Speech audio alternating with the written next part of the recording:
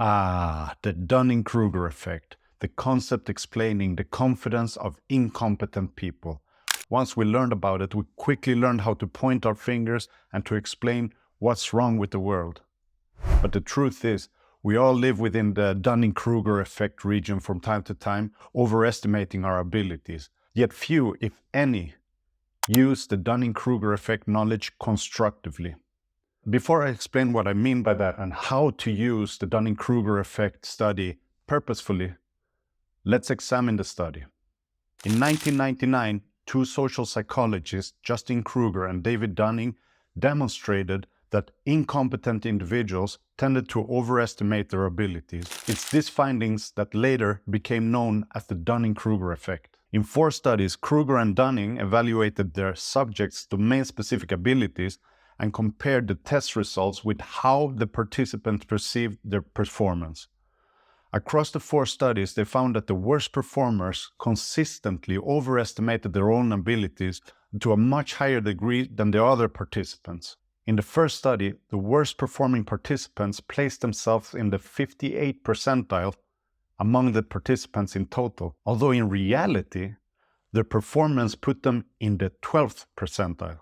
By contrast, the best performers underestimated their performance compared with the others. The 2 following studies showed why the participants overestimated their abilities. Turns out they lacked metacognition, which is the understanding and knowledge of your own thought processes. Then the 4th and last study discovered a paradox. The participants could understand their incompetence better if they just trained the skill. They gained metacognition. So the paradox lies in that once they gained the metacognitive skills to recognize their own incompetence, they were no longer incompetent. So great! These results offer us insights into our distorted self-views. And with this we can start reflecting on our own knowledge. But then, things turn dark. We shared memes on social media. We pointed out how certain individuals or groups suffer from the Dunning-Kruger effect. And we read articles about these incompetent people, all to remind ourselves about their incompetence, why they are wrong and we are right. So, we could now use the Dunning-Kruger effect to pinpoint stupidity, highlight why some people think the way they do, especially during globally impactful events. And yes, some people know less than others, and we have experienced several more or less intelligent takes on complicated topics and important events. But people seem to use the Dunning-Kruger effect as a tool to ridicule, stigmatize, silence opposing views. And I don't think this is the most constructive way of using research findings. We should be able to disagree without mockery. And look, I know this is a highly unpopular opinion, especially in certain circles, because we shared a lot of fun moments in the name of Dunning-Kruger effect, me included.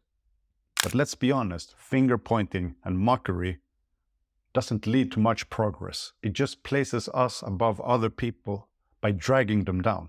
So for the sake of continued learning, individually or for the society, let's repurpose the Dunning-Kruger effect and use it as a tool for constructive progress. Let's look at the first graph again.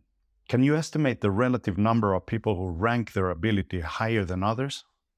The answer is, most people suffer from the Dunning-Kruger effect. Because unless we are experts on the topic, we're probably within the Dunning-Kruger effect region as well. Then once you realize this, you can start using the Dunning-Kruger effect as a litmus test to test your knowledge. And this goes for both incompetent and competent people. Of course, remember that the Dunning-Kruger effect is nuanced and requires controlled assessment to be able to pinpoint your knowledge. But if you've been practicing something for years, you might be happy that that inner critic telling you other people are better than you could actually be a good signal. It's this self-doubt that many experts share. You know that you're good at something, but underestimate your abilities, especially compared with other people. As for the incompetent people, once you start feeling that you're a little bit too confident about a certain ability, maybe it's time to evaluate your skill level. You can do this, for example, by self-assessing. Or better yet, since we're really good at deceiving ourselves, we can ask somebody else to evaluate. Or we can take a course or tests online. If you're really as good as you think you are, then you should have no problems acing these courses or tests without much effort.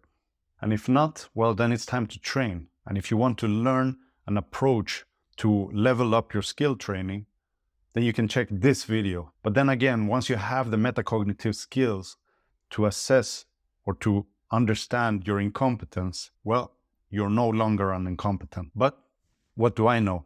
See you next time. Peace.